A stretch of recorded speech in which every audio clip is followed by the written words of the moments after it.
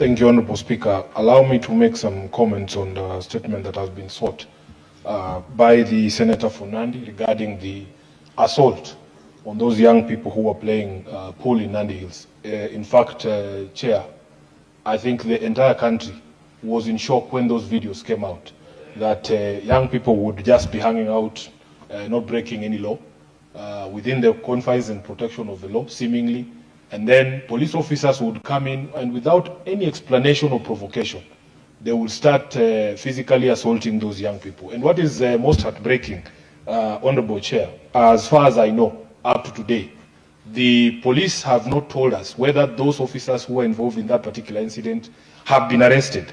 Honorable Chair, Speaker, we have come to a place where now we're having certain conversations in this country.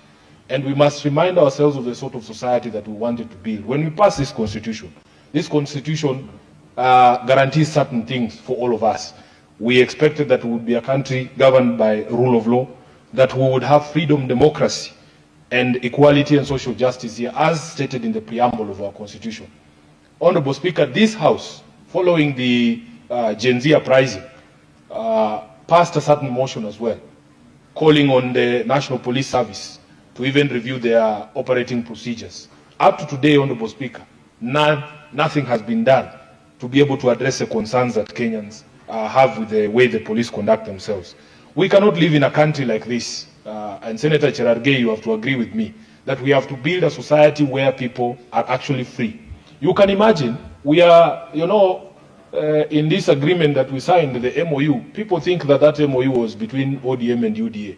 It was an MOU to actually resolve the challenges of this country.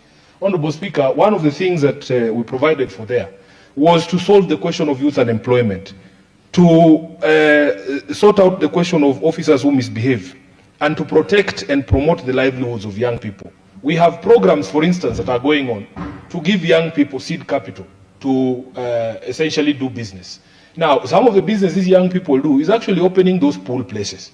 So you have a situation where the government will give you money to start a business. But because all these things are not being done within a framework of democracy and freedom, the police can have the audacity to come to that business and do what they did in Nandi Hills. This is what we must cure, Honorable Speaker. Kenya has a software problem. It's not just about roads and beautiful stadiums. By the way, everybody should know that President Moi built stadiums also. But no one wants to go back to the life that we used to live under President Moi. That is just a fact.